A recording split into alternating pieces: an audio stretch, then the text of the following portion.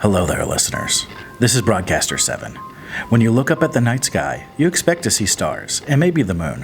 What you don't expect to see is a large object the length of 3 football fields slowly cruising across the night sky. But that's exactly what happened to hundreds of people in Arizona in the late 90s. This is the Phoenix Light event. On the evening of March 13th, 1997, strange lights were seen in the skies over the southwestern United States and Mexico. These lights were seen by thousands of people over the course of 3 hours, covering over 300 miles in distance. Collectively, this incident has been called the Phoenix Lights event, due to the largest sighting being located over the city of Phoenix, Arizona itself. The incident can be broken down into 2 main events, one over Prescott Valley of Arizona and the other over Phoenix itself. So join me as we break down some of the sightings from that night. That night was typical to other nights in the Southwest. The heat from the spring day was starting to cool off, and the stars were coming out in the partially clouded sky. Sunset was about 7:30 that day. At around 7:55, the first sightings occurred outside Henderson, Nevada. A man, who remains unidentified, reported seeing a V-shaped formation slowly moving across the dark night sky. He said it sounded like a rushing wind, and was traveling southeast until it disappeared over the horizon. At about 8:15, a former police officer in Paladin, Arizona, was traveling home after a long day when he looked out his vehicle window and spotted a cluster of orange lights. In disbelief, he immediately pulled over his car and pulled out his binoculars. He tracked the lights until they disappeared over the horizon. He described the strange lights as being like fireballs. 8:20. Multiple reports of colorful light orbs hovering over Prescott, Arizona were made. Tim Lay and his wife Bobby, his son Hal, and his grandson Damien saw the lights that night above Prescott Valley. They reported seeing 5 distinct lights moving towards them. Over the course of 10 minutes or so, the lights came closer and closer. As the lights approached, they could make out a distinct V pattern. Eventually, when the lights appeared to be a few miles away, the witnesses could make out a shape that looked like a 60-degree carpenter's square, with the 5 lights set into it, with 1 at the front and 2 on either side. Soon, the object and the lights appeared to come right over them, about 100 to 150 feet, or 30 to 45 meters. It passed completely silent over their heads. They could clearly see the structure between the lights. It traveled through an opening in the peaks of the mountain range towards Squaw Peak Mountain and towards the direction of the Phoenix airport. Chris McLennan was outside of her home for a night of stargazing at around 8:30. She looked up into the northwest sky and saw a series of 7 glowing orbs arranged in a chevron-shaped formation. They cruised by silently and headed to the southeast. McLennan was stunned. "I just couldn't comprehend what they were," she told the Phoenix News-Times. "They were so bizarre, so unusual." She tried to follow the object with her telescope, but by the time she got an angle on it, the object had cleared the mountains. Witnesses in Glendale, a suburb of northwest Phoenix, saw the object pass overhead at an altitude high enough to become obscured by the thin clouds. This was approximately between 8:30 and 8:45 Mountain Standard Time. 31-year-old Dana Valentine spotted the Phoenix lights from his backyard that night. He hurriedly called his father, an astronautical engineer, outside to see it. Together they watched what appeared to be a V-shaped craft hovering about 500 feet past them. "We could see the outline of a mass behind the lights, but you couldn't actually see the mass," said Valentine. "It was more like a gray distortion of the night sky and wavy. I didn't know exactly what it was, but I know it's not a technology the public has heard of before." From these reports, it became clear that there were 2 groups of UFOs, a group of independent orbs traveling separately, and a V-shaped object moving slowly through the Arizona skies. It was at this time that the Phoenix airport started to get reports of strange lights from pilots in the area.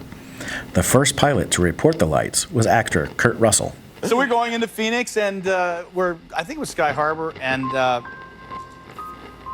there's these bank of lights, 6 lights, in the shape of a triangle going back, right over the airport. And I'm looking at them as I'm coming in. I'm, on the horn talking to them, and I'm coming in. And I'm not saying anything about it because I'm kind of confused by it, but I can't tell if this is going to be an issue or not with landing. And Oliver said, hey, Pa, what are those lights? And I said, yeah, I don't know. I don't know what they are. And so anyway, I called up the tower and I said, what are you guys painting tonight over the airport? And he said, we're not showing anything. What are you seeing? I said, well, there's 6 lights in a row. And they said, do you want to report this? And I said, look, I can't identify it. It's flying and it's 6 objects. So that's what it is, right? It was at this time that the 2 separate incidents of sightings kind of merged and got jumbled. Some reported seeing separate lights over the Sierra Mountains, but others report one solid object. One of the night's most famous videos is filmed, showing the lights hovering and blinking in and out. A Phoenix Police Department 911 operator recalls, it started out slow, and then all of a sudden we were getting lots of calls, and they were all regarding strange lights in the sky. The calls came in very steady for about an hour. Everyone seemed calm and was saying it was either a V shape or 5 lights or 7 lights hovering over the mountains. In the 24 years I've worked there, we get an occasional call or two about strange lights, but nothing like that night. The lights stayed over Phoenix for about 2 more hours before moving on southwest to the Mexican state of Sonora, where the lights finally disappeared. In the following days, there's an outcry to get answers.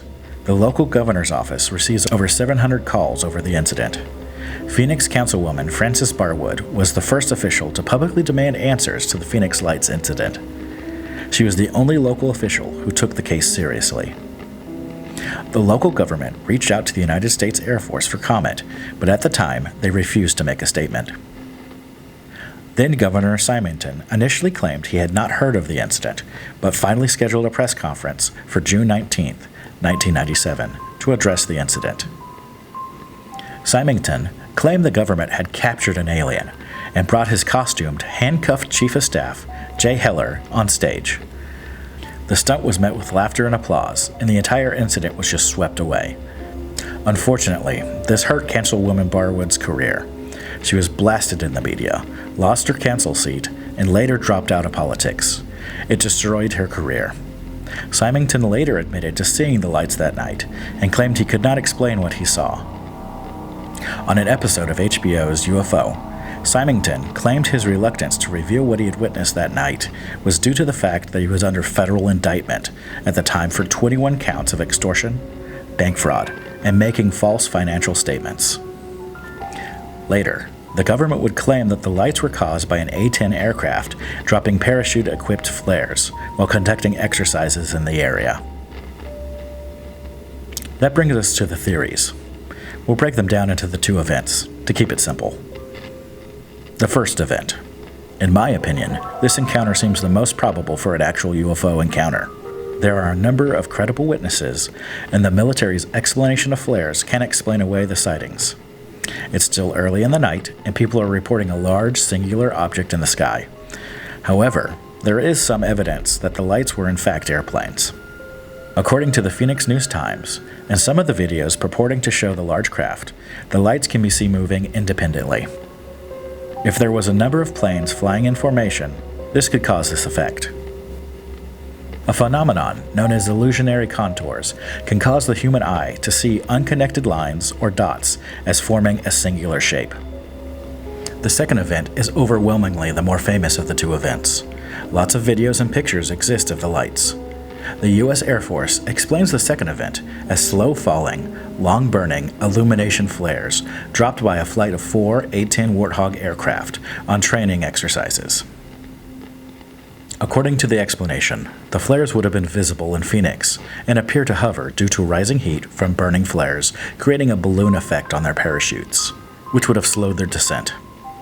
The lights then appear to wink out as they fall behind the mountain range to the southwest of Phoenix. A Maryland Air Force National Guard pilot, Lieutenant Colonel Ed Jones, responding to the March 2007 media query, confirmed that he was one of the pilots that flew in that formation that night. These possible explanations for what happened that night have not satisfied the people who witnessed those lights. They still stick by what they saw 25 years later.